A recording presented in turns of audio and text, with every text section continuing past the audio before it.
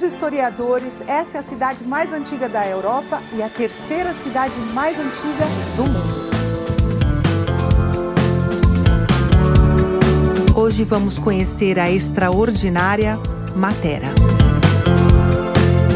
Chamada também de Città dei Sassi, ou Cidade das Rochas, essa maravilha na Basilicata existe desde a pré-história.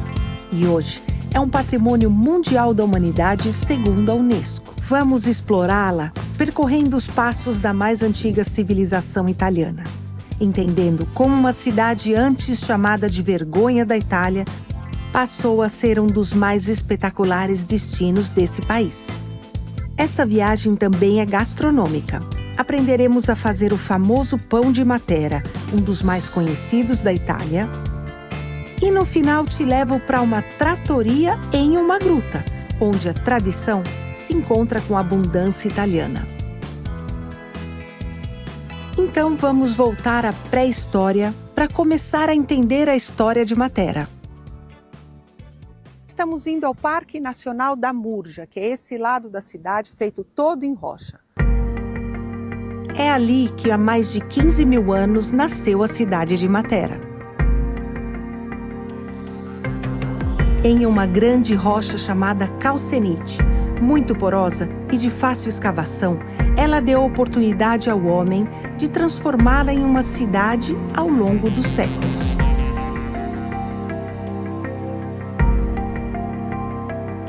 Já na pré-história, o homem começou a escavar essa montanha, fazendo essas grutas que foram utilizadas como habitação por mais de 3 mil anos. As grutas da Murgia representam o mais antigo vestígio de uma comunidade na Itália.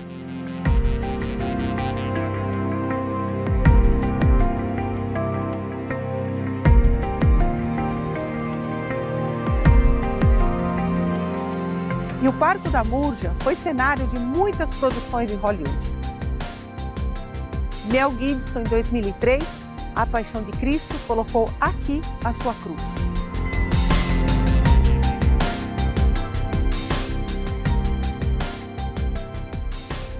Ir vir visitar o parque na hora do pôr do sol, mais ou menos umas 5h30, 6 horas da tarde, é o programa mais legal que você pode fazer aqui em Matera.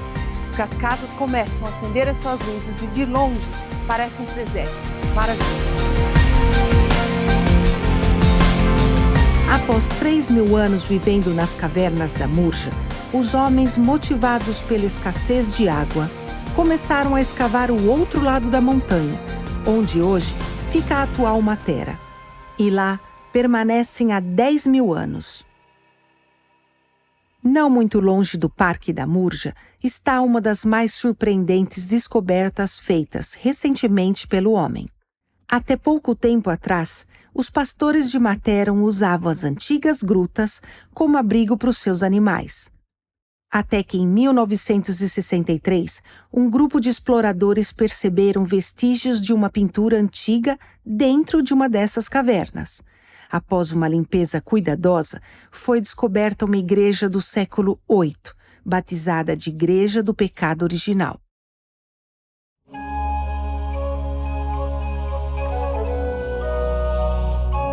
Seu nome vem de um dos afrescos que narra a criação do mundo.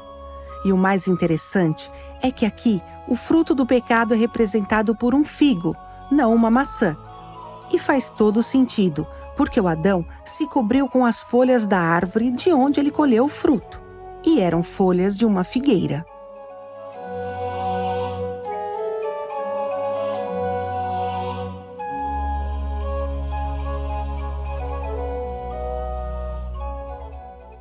Se hospedar em Matera é uma experiência única, principalmente se você escolher um dos hotéis difusos da cidade.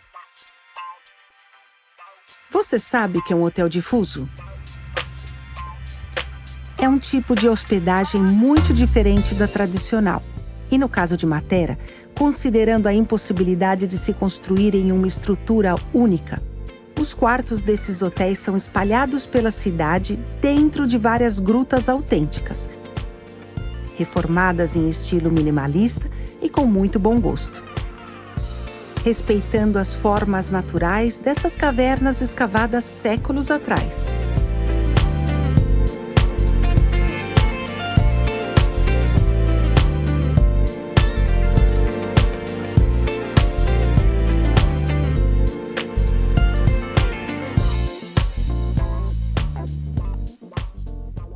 No segundo dia de Matera, começamos a entender os obstáculos que um povo tinha que superar morando nesse cenário. Recolher água era um dos maiores desafios dessa cidade. Matera não tinha uma nascente de água natural. Assim, suas ruas foram construídas em declive, de modo a canalizar a água da chuva em canaletas que cruzavam toda a cidade.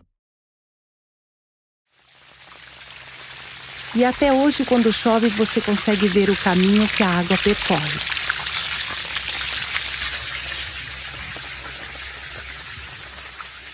Uma experiência imersiva que você pode fazer em Matera é entrar em uma verdadeira casa-gruta, uma casa real, habitada por milênios e mantida com objetos originais, exatamente como vivia um materano até o final dos anos 60.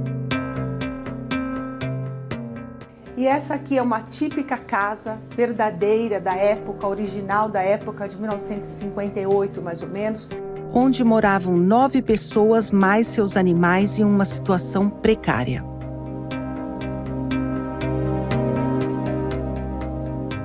Aqui você pode ver a canaleta que transportava a água da chuva até os poços dentro de casa.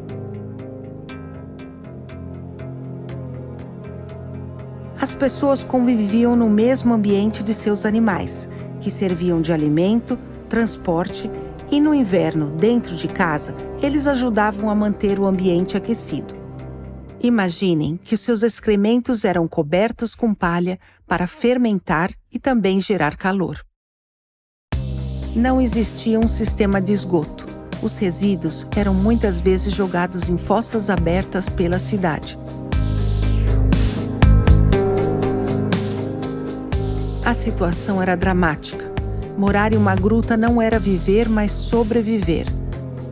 A mortalidade infantil era de 50%.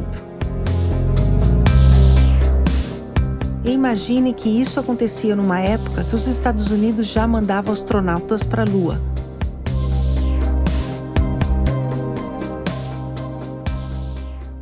Na década de 60, por obrigação sanitária, o governo transferiu todos os habitantes das grutas para casas modernas construídas nos arredores da cidade. E essa Matera nas Rochas ficou abandonada por 30 anos, quando foi chamada de vergonha da Itália. Até que na década de 80 chegou finalmente uma boa notícia. O governo, para incentivar as pessoas a voltar a investir nessa cidade, ele deu a concessão gratuita por 99 anos para quem quisesse apostar em um comércio, um restaurante, um hotel e outras atividades. A partir daí começou a crescer o turismo aqui em Matera. E hoje aqui o que não falta são lojinhas e restaurantes muito charmosos.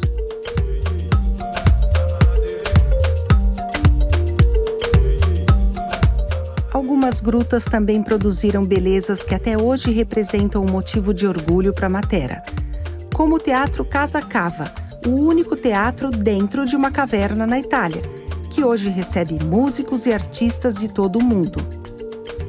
E aqui a acústica é tão perfeita que o uso de microfones é totalmente desnecessário. E as rochas também são material de trabalho para o artista Eustáquio Ricci, que usou as mesmas pedras que compõem a cidade para criar uma fiel Matera em miniatura.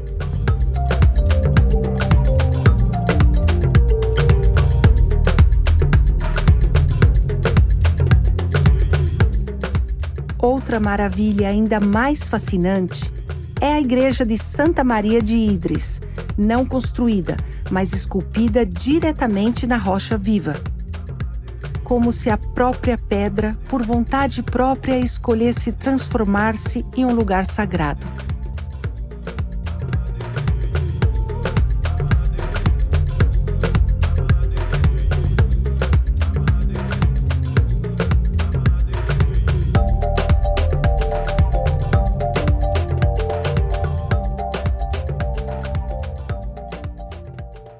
Normalmente, uma cidade italiana que tem tanta história tem também uma grande tradição gastronômica.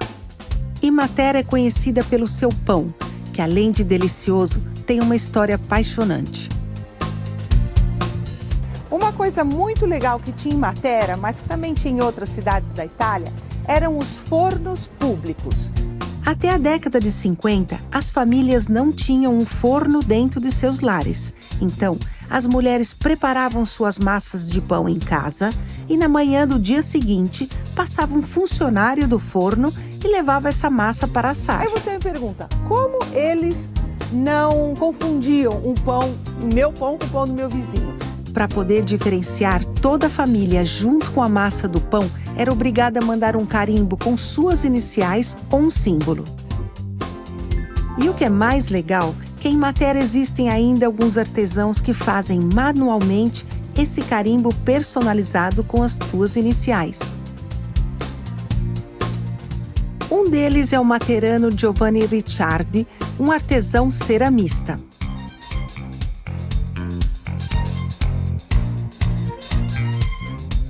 Allora, io domani devo fare un pane. Sì. Volevo prendere un timbro con la mia iniziale. Possibile? Certo, è possibile. Ok. Come vedi ci sono dei simboli. Abbiamo il gallo, abbiamo il gatto, abbiamo la massaia, abbiamo il carabiniere.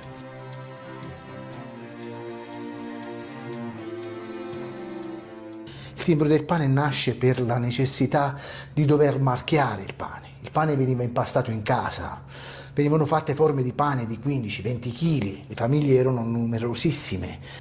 Quindi che cosa si faceva? Una volta alla settimana il garzone del forno comune passava a ritirare queste pagnotte che poi venivano infornate e restituite alle famiglie dopo la cottura. Come facevano a riconoscere il pane? Grazie al marchio. Solitamente ospitava la lettera del capofamiglia o addirittura un simbolo. O Giovanni faz também os cucus, esses apitos em forma de galinhos que antigamente serviam de brinquedos para as crianças de Matera. E ele faz em diversas versões.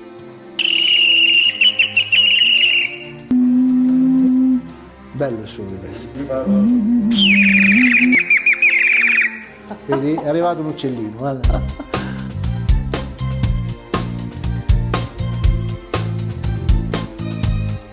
Essa é um tipo de lembrança que eu gosto de levar para casa. Uma lembrança que conta uma história.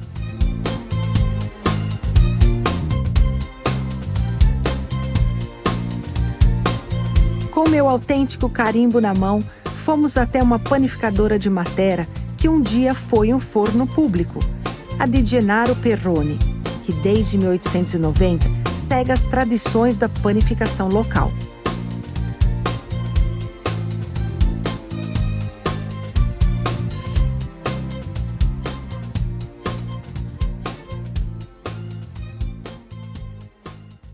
Vamos falar com Patrizia Perroni, que com a mesma paixão dos seus avós, segue produzindo esse alimento. È un alimento sacro, è un alimento, il pane, che accomuna tutte le genti e a Matera in particolare ha questa storia fantastica che è un rituale anche, che ha dietro la sopravvivenza anche delle persone, perché mettiamo in evidenza anche il valore economico. La maggior parte dei materani erano legati alla coltivazione dei campi, un valore quindi economico, sociale per il discorso dei forni pubblici e anche spirituale, perché era talmente importante questa giornata particolare, potremmo dire, che anche nella forma c'è un dettaglio che non è un dettaglio, ha un valore importantissimo. Sono questi 3 tagli che spesso ci sono, che non sono un vezzo del fornaio, ma semplicemente alla fine della panificazione un ringraziamento a Dio, quindi sono il simbolo della Trinità, quindi si ringraziava Dio nel nome del Padre, del Figlio e dello Spirito Santo.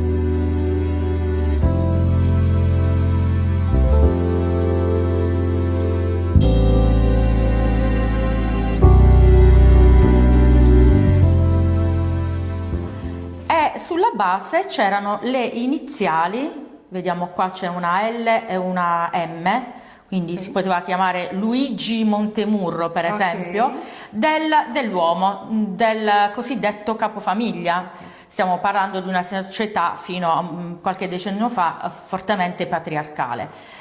E questo timbro era fondamentale per non confondere i vari pani, perché ovviamente quando si andava al forno non c'era una famiglia, una donna, ma c'erano più donne che assistevano alla loro panificazione, alla loro infornata, e quindi queste donne erano anche molto gelose del proprio pane, quindi non bisognava assolutamente confondere i pani. Allora Fernanda, possiamo avvicinarci nella parte sacra, siamo nel momento clou della nostra dimostrazione di panificazione. Con il mio fedele collaboratore Gianni abbiamo l'ingrediente principale, che è la nostra semola rimacinata, l'acqua, fondamentale per qualsiasi impasto, il sale, parliamo di un pane con il sale, differentemente da molte altre zone d'Italia dove non c'è il sale, soprattutto nel centro Italia, e dulcis in fundo il nostro lievito madre. Questo l'abbiamo posto in un bellissimo contenitore antico che era quello in cui le donne materane custodivano il proprio lievito madre. Ovviamente non c'erano i frigoriferi e quindi veniva posto nel luogo più fresco della casa. Agora é mão na massa. Ciao Gianni, Ciao, fornaio, ciao. che bel lavoro, no? Grazie, Facciamo grazie. questo pane importantissimo per Sì. questa città. Sì. Dove Allora, iniziamo? Procediamo. Ok. Prendiamo un po' di farina per fare questo impasto a mano. Ok. Esatto. Allora, cominciamo facendo un buco al centro. Questo è il procedimento che si faceva in antichità. Ovviamente stiamo facendo un pane piccolino, giusto per far vedere, perché Sì, prima sì. era un pane di 9 kg praticamente. Esatto. Facciamo questo buco al centro, ci mettiamo un po' di acqua, iniziamo con un po' d'acqua e iniziamo a inglobare il tutto.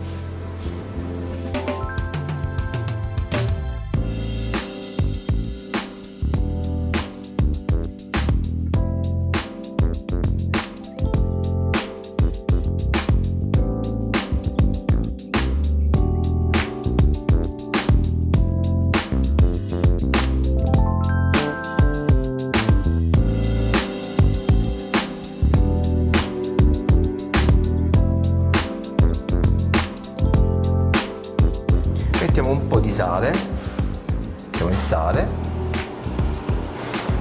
e mettiamo il lievito e inglobiamo tutto e iniziamo a lavorarlo.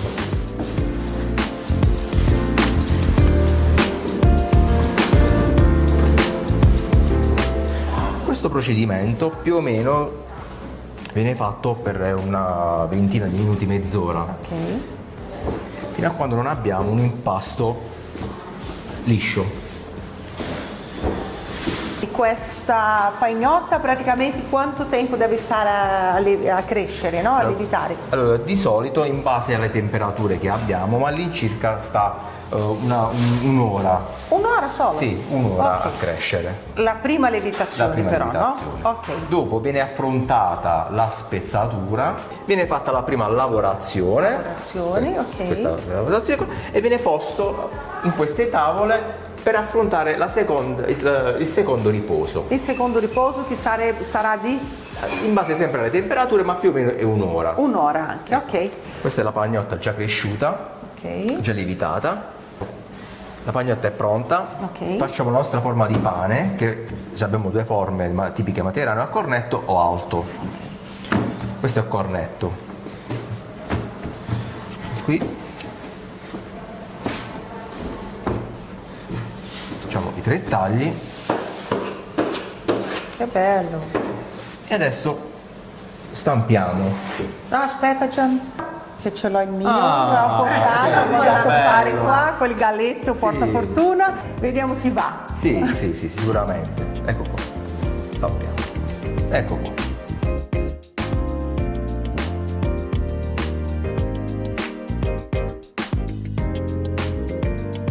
Adesso siamo arrivati al momento più importante, no? Sì, quello dell'assaggio Guarda, è non vedo fondamentale, l'ora. quindi Vediamo. dopo la nostra cottura il pane è pronto.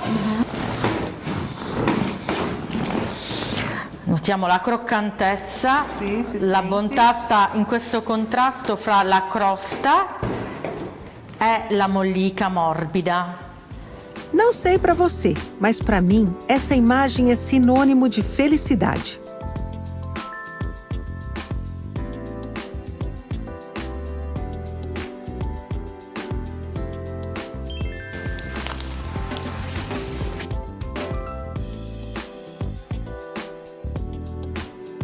Caiu a noite e eu ainda tinha fome e disposição para conhecer mais a fundo a gastronomia de Matera. E por isso escolhi uma das mais tradicionais trattorias nas grutas, a Trattoria del Caveoso. Ciao Nicola. Fernanda, da come quanto stai? tempo? Bentornata. Come Grazie va? mille, Come tutto va? bene, non vedevo l'ora di tornare Piacere qua. rivederti.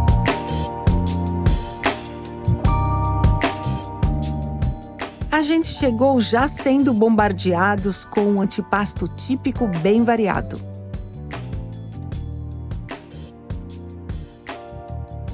A entradinha mais tradicional é o pepperoni crusco, um pimentão seco ao sol e frito por poucos segundos, como se fosse a batatinha frita deles. O pepperoni crusco também é usado em massas para dar um toque crocante. Um outro prato da tradição é o creme de favas e chicórias, uma mistura de doce e amargo que é muito usada aqui na região.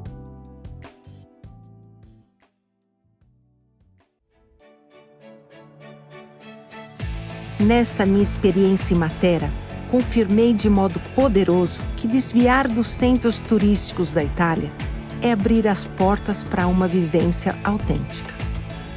Ao me envolver por essas paisagens e memórias, percebo que não há viagem mais transformadora do que repensar quem fomos e de onde viemos. Conhecer Matera é poder testemunhar a força de um povo que, apesar de todas as dificuldades, nunca abandonou sua terra.